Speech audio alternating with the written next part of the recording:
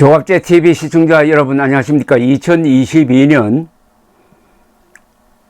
10월 7일 새벽 3시 3분입니다. 이준석 전 국민의힘 대표가 오늘 새벽에 당원권 정지 1년의 추가 징계 처분을 받았습니다. 어제 서울남부지법이 정진석 비상대책위원회 및 비대위원 직무정지와 당헌 개정안의 효력정지 가처분을 모두 기각한 데 이어 당윤리위가 이준석 전 대표에게 추가 징계를 내린 것입니다. 국민의힘 윤리위원회 위원장은 이양희 성균관대 교수입니다. 오늘 그러니까 새벽 0시 23분까지 약 5시간 반에 걸친 징계 심의를 마친 뒤에 이 전 대표에 대하여 7월 8일 결정된 6개월에 추가하여 당원권 정지 1년을 의결했다고 발표를 했습니다. 이로써 이 전 대표의 당원권 정지 기한은 2024년 1월 8일까지로 늘었습니다. 왜 이 징계위원회를 밤에 소집을 해가지고 새벽에 발표하는지 모르겠습니다. 정정당당하게 낮에 할 수 없습니까? 이 밤에 한다는 게 뭔가 좀 이상합니다. 이양희 위원장은 징계 근거로 이 전 대표의 가처분 신청을 먼저 들었습니다. 이 위원장은 국민의힘은 8월 30일 의원총회를 개최하여 새 비상대책위원회를 구성하고 당헌 개정안을 추진하기로 당론으로 결정했다. 이에 반하여 가처분을 신청한 것이 징계의 핵심 이유라고 설명을 했습니다. 이어서 이 전 대표는 법원이 8월 26일 당 상임정국위와 정국위 소집 의결에 대해 당헌 당규에 따른 것으로 하자가 없다고 결정한 것을 명백히 인지했다면서 그럼에도 9월 5일 예정된 정국위 개최 금지 가처분을 추가 제기한 것은 민주적인 당내 의사결정 행위를 배격하는 부적절한 행위다라고 덧붙였습니다. 초기에 알려진 것과 달리 이 징계 이유가 달라졌습니다. 징계 이유가 또 추가가 됐습니다. 반면 그동안 이 전 대표의 추가 징계 사유로 거론되던 은행 부분에 대해서는 상대적으로 짧게 언급했습니다. 이 위원장은 이 전 대표가 당 소속 의원 등에 대해 지속적인 모욕, 비난적 표현을 사용하여 명예를 훼손했다면서 윤리위 규칙 위반이고 당내 혼란을 가중하여 민심 이탈을 촉진한 행위라고 설명했습니다. 명예훼손이 정치판에서 징계의 사유가 된다. 더구나 당대표가 발언한 것이 명예훼손이 된다. 그러면 과연 이게 정치를 마음대로 할 수 있느냐? 정치라는 게 격한 말을 통해서 이루어지는 것인데 좀 그렇습니다. 그는 이날 이 전 대표가 윤리위에 불참한 것이 결정에 영향을 미쳤느냐는 취재진의 질문에는 절대 그렇지 않다. 29일부터 문자, 카카오톡, 전화를 수차례 했는데 출석을 안 했다는 것은 본인의 권리를 내려놓은 것이라고 생각한다고 답을 했습니다. 자, 그런데 이 당원권 정지는 제명 탈당 권유 다음으로 수위가 높은 징계인데 국민의힘 당규에 따르면 최소 1개월에서 최단이라고 해야 되겠네요. 최단 1개월에서 이때는 짧을 단자를 써야 됩니다. 최소는 작다는 뜻이니까 최단 1개월에서 최장 3년까지 당원권을 정지할 수 있는데 총 1년 6개월 정지라면 중징계에 속한다고 볼 수 있고 이렇게 되면 이 전 대표는 내년 초 예정된 전당대회에서는 당원으로서 관여할 수가 없습니다. 그런데 중앙일보 보도에 따르면 당내에서는 이 전 대표의 징계 종료 시점이 묘하다는 반응이 나왔다고 합니다. 당원권 정지가 끝나는 2024년 1월 8일은 같은 해 4월 10일 치러지는 총선 약 석 달 전이기 때문입니다. 따라서 이 전 대표가 만약 지역구에서 출마를 하려면은 공천 받을 수도 있지만 공천 받으려면 그동안에 조심을 해야 된다. 따라서 공천권을 미끼로 해가지고 이준석 씨의 입을 막겠다는 의도가 아니냐 하는 추측이 오고 간다고 합니다. 그런데 이준석 대표가 이제 앞으로 이걸 어떻게 받아들일 거냐, 이게 이제 정점입니다. 또 이것까지, 이번 징계까지 효력 정지를 구하는 가처분 신청을 할 거냐, 아니면은 앞으로 1년여 동안 자숙할 거냐, 아니면은 탈당할 거냐, 몇 가지 길이 있습니다. 그런데 제 느낌으로는 가만히 있을 사람은 아닌 것 같은데요. 끝까지 밀어붙여가지고 또 추가 징계를 받아가지고 제명당하는 길을 선택을 해가지고 자신이 피해자임을 분명히 하고 할 수 없이 나는 바깥에 나가서 당을 새로 만들어야 되겠다. 젊은층, 중도층, 합리적 좌파까지 포함해서 새로운 당을 만들겠다라고 나올 가능성이 저는 더 많다고 봅니다. 그러니까 공천 받는 것에 연연할 사람은 아니지 않느냐 하는 생각이 드는데, 어느 쪽이든 국민의 힘이 이준석 문제를 깔끔하게 해결하는 데는 실패했습니다. 차라리 오늘 정말 독한 마음을 먹었다면은 제명, 탈당 권유, 제명, 뭐 이런 식으로 해가지고 깔끔하게 정리를 해야 되는 것 아닐까요? 그런데 1년 추가 징계를 해놓으면은 뭔가 구차스러운 것 같고 약점 잡는 것 같고, 그게 국민들에게 어떻게 받아들여지느냐 이거죠. 벌써 이 댓글을 보니까 압도적인 다수는 왜 이 보수, 그러니까 조선일보, 동아일보 같은 기사의 댓글에는 왜 화끈하게 제명하지 않느냐, 출당시키지 않느냐, 이런 게 주류를 이루고 있습니다. 그러니까 이게 어중간하다는 거죠.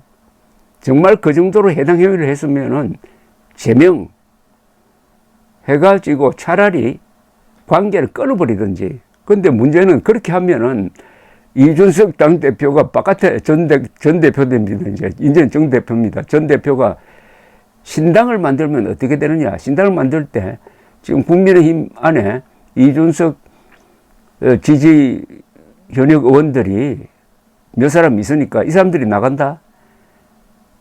그래서 다음 총선 때 결국 보수표를 가져가 가지고 지금 의석수보다 더 줄어든다. 그런 걸 막기 위해서 어쨌든 당에 잡아주기 위해서, 인질로 삼기 위해서 당원권 1년, 그것도 총선 몇 달 전에 풀리도록 했다. 그런데 이걸 이준석 씨가 받지 않고 정면 승부로 나가면은, 즉 이제는 모든 걸 싹 포기하고 윤석열 국민의 당을 주적으로 삼아가지고, 그렇다고 해가지고 이 사람 성향상 민주당으로 갈 사람은 아니니까 본격적으로 투쟁을 하면서 자신의 지지 기반을 넓혀가지고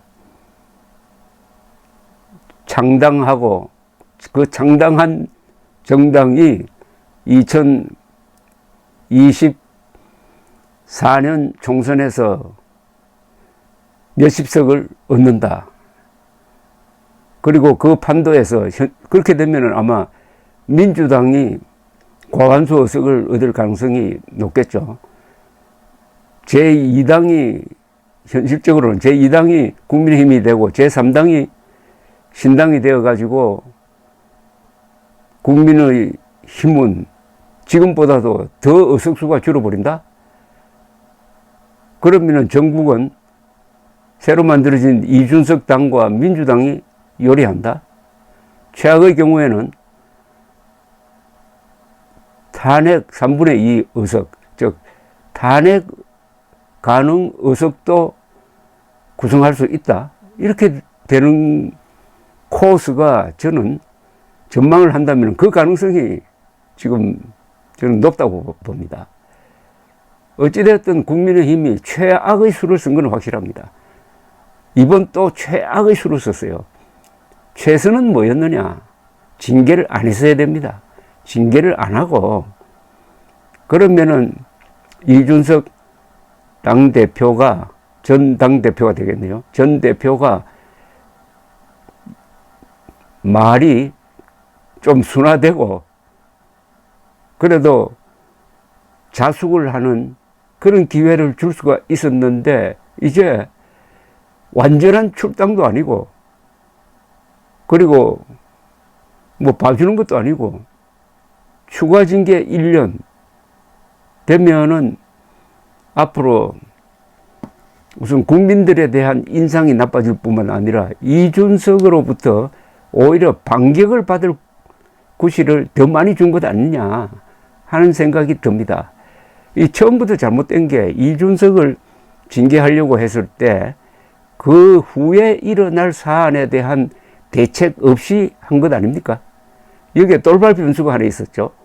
윤석열 대통령이 권성동 원내대표에게 내부 총질이나 하던 대표가 바뀌니 당이 잘 돌아갑니다. 그것이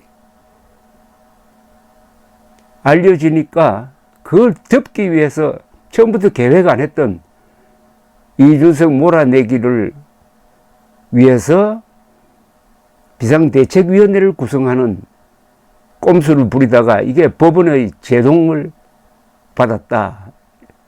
그래서 다시 한번 또 가처분 신청 소동이 벌어졌고, 오늘 법원이 국민의힘으로서는 다행히 이준석의 신청을 기각해버렸는데, 여기에 멈추지 않고 플러스 해가지고 이준석을 추가 징계를 했다.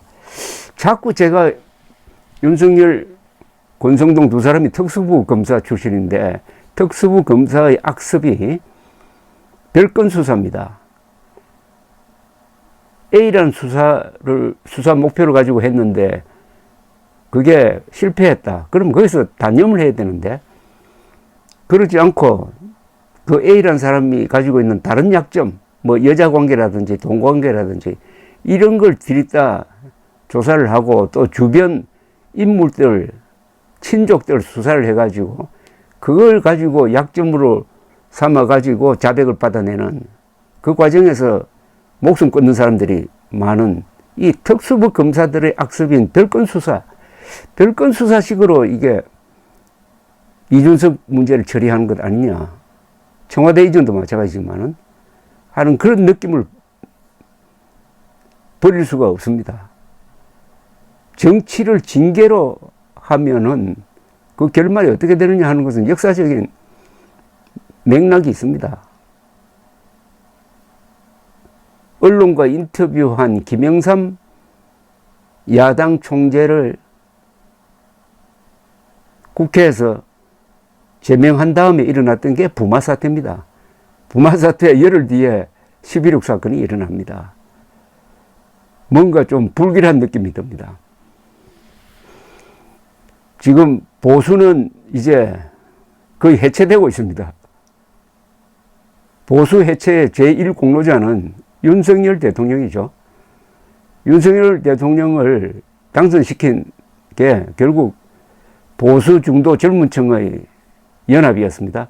젊은층을 당겨오는데 이준석 결정적 역할을 했습니다.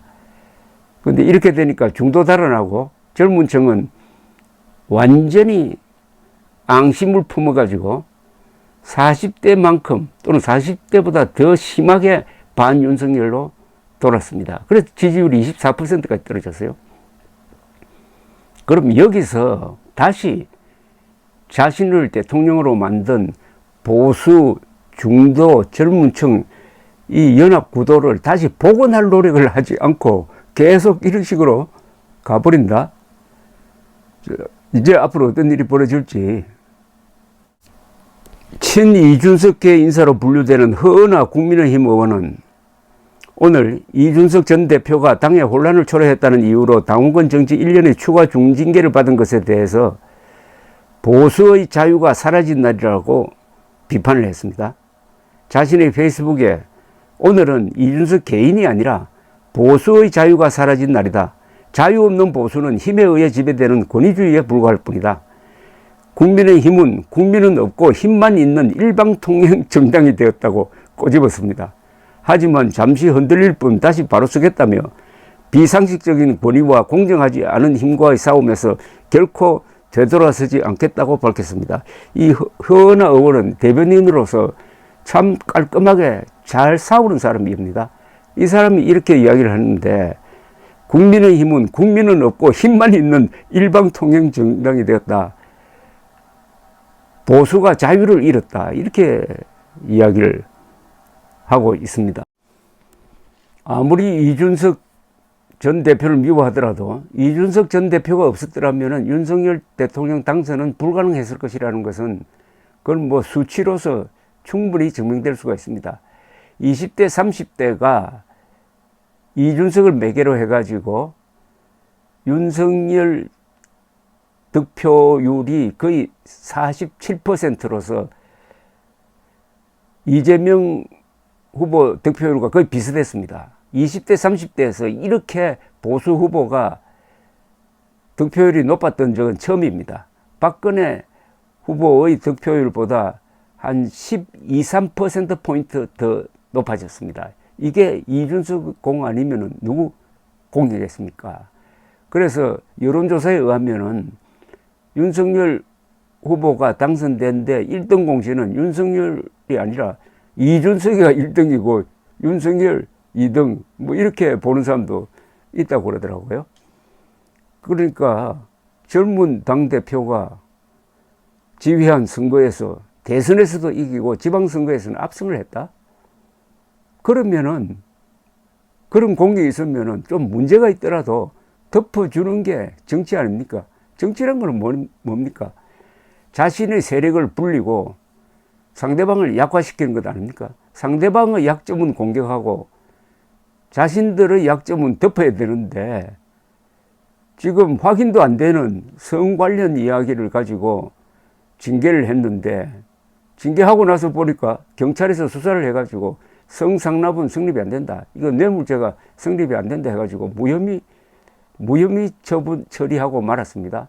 그러면은 최초 징계도 사실은 무리였다는 이야기가 됩니다. 여기에 또 추가 징계를 했으니까 이제 모든 것은 이런 문제는 결국은 국민 여론에 의해서 승패가 날 것인데 확실한 것은 제가 여러 번 이야기했지만은 윤석열과 국민의힘이 이준석을 몰아내는데 성공하면은 이준석에게 이기면은 다음 수순은 민주당에 지는 거다.